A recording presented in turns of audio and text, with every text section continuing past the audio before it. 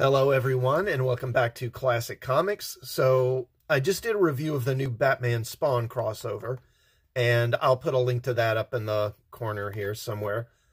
But I haven't read the other two Batman Spawn team-ups from the 90s since the 90s, so I thought I'd pull those out and give them a reread and do a comparison between them. So there were two crossovers between Batman and Spawn back in the 90s. Now, this is the one that people were really pumped about at the time. Spawn Batman, published by Image Comics, with art by Todd McFarlane, the creator of Spawn, and written by Frank Miller. I think this was the first time Miller had worked on Batman since he had done Batman Year One back in the mid-90s, so people were really excited to have him on Batman again. So while DC did their own Batman Spawn crossover, this is the one that people were really excited about. Now, first, of course, you got this gorgeous cover by McFarlane.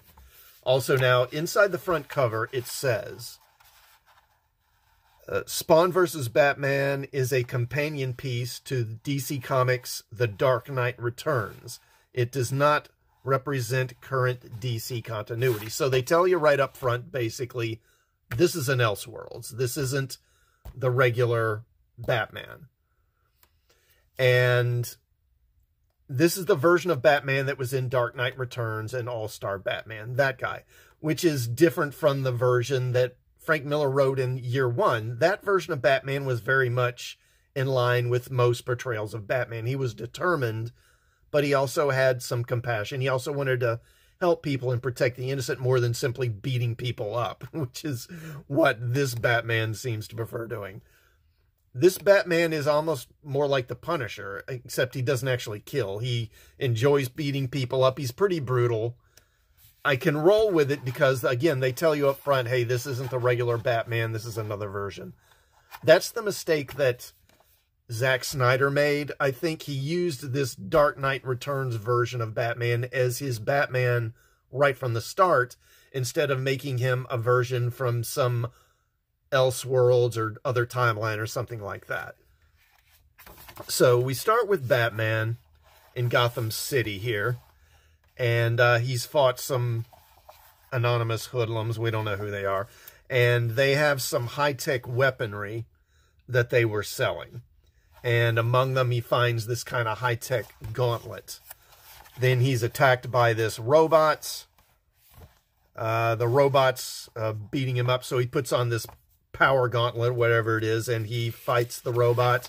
Then he discovers that inside the robot there's actually a disembodied human head that's serving as the robot's, brain, basically, as its central processor. And he takes the victim's head back to the Batcave, and he runs a check on some dental records, finds that this guy is a vagrant from New York City. So he decides to go to New York City and investigate and see where these weapons are coming from, who is selling them. And since the victim was homeless, he starts moving around, in sort of the back alleys, observing the homeless, trying to see if he can find a lead. And at the time, this is also where Spawn is operating, and this is a great, one-page spread of Spawn here. And this was very early on. Spawn had only been around, I don't know, 2 years or something like that, so he was still very early in his comic book run. Now, these two creeps here, they try to set a homeless man on fire, but Spawn stops them, and then he sets them on fire. And then Batman arrives just in time to see him killing these two, so then he attacks Spawn. And then a fight ensues between the two of them. And Batman's just kind of pummeling Spawn, but he realizes it's not getting him anywhere because Spawn is superhuman, so he doses Spawn with some kind of a gas, some kind of chemical agent that sickens him and nauseates him. But it's not enough, and still Spawn just, beats the crap out of Batman. And finally, Batman realizes he can't beat... This is back before Batman could beat everybody. You know, like he just can beat Galactus if he has, you know, prep time or whatever. So Spawn overpowers him, so he retreats. Then Spawn visits this homeless mission, which he's heard about. Some homeless people, some of them whom he knows, because he sort of hangs out among the homeless population. And some of the homeless people he knows have gone missing, and he's heard rumors about this place, so he goes to investigate. And then he gets attacked by one of these robots. And again, he finds, well, first he destroys it. Really nice artwork here. And then he finds a disembodied head, just like Batman did. And then he sees this video presentation from this woman calling herself Dr. Margaret Love. And she presents herself as this sort of benevolent figure, an activist who's trying to help the homeless and benefit the poor and all that. But he recognizes her, and Spawn is a former soldier, and he remembers seeing her carry out a massacre of some soldiers, you know, some captured soldiers years ago. So he becomes enraged and he destroys the entire mission. Then Batman is recovering from the earlier fight and he sees what appears to be a bat signal. So he answers it. And of course that's odd because this is New York, right? Not Gotham. And it's this Margaret Love woman who tells him about Spawn destroying her mission. And of course she plays like the victim. And she says that she's holding a fundraiser to benefit the homeless. Like this evening, a lot of important people are going to be there. Maybe even the president, and she's worried Spawn's going to attack it, and she asks Batman to help, and he agrees to do it. And I just love the writing by Miller here. He says, what? A strange sight, the bat signal over the skylight of Manhattan. A strange sight, but a welcome one. If Batman is still in pain, he doesn't know it. A makeshift bat signal, a plea for help. From an exquisite angel of mercy. His head almost spins, looking at her, listening to her. Were he not what he is, he would call the feeling desire. But he is what he is. That's great. So, I mean, is this sort of a bit over the top and overly dramatic? Yeah, you can certainly say it is, but that's what makes it fun reading. And honestly, that is kind of what modern comics are missing, frankly, to a certain degree. Certainly you can maybe overdo it, but I think Miller, he's skirting just the right tone between being overly dramatic, but not going too far. So then we go back to Spawn, and he's still recovering from that chemical agent that Batman gave him. Then Batman arrives again, and now he's got that power gauntlet that he had earlier. He had Alfred deliver it to him. And so with this power glove, he just starts beating the crap out of Spawn. And, I mean, they just start beating the bejesus out of each other over the next several pages. And they fight kind of to a standstill. But then more of those robots arrive. Margaret Love has basically sent them to kill Batman and Spawn both, to eliminate any loose ends. And they're killing Batman. And Spawn intervenes and destroys the robots. And Batman's mortally wounded, so Spawn heals him with his magic. And then he performs kind of like this mind meld thing, where they share their consciousness. And Spawn shows Batman his memories of this woman, massacring these soldiers.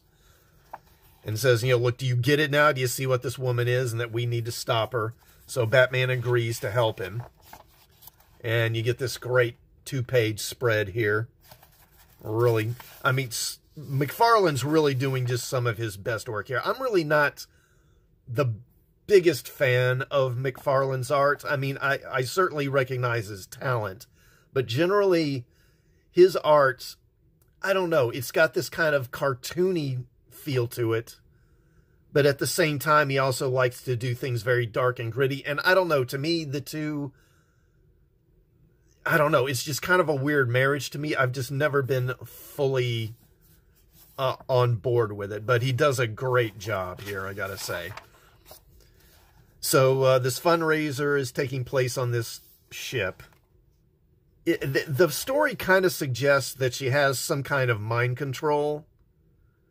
Like it mentions that there's something in the champagne that people are being offered that makes them open to suggestion. And then I guess maybe that's the way she's able to control people. But then even before, when she's talking to Batman, it clearly seems like it's having some kind of effect on him. So I don't know. It seems to suggest that she has some kind of mind control power, but Miller never really commits to that or makes that clear. Does she really have some kind of superpower, or is she just really persuasive?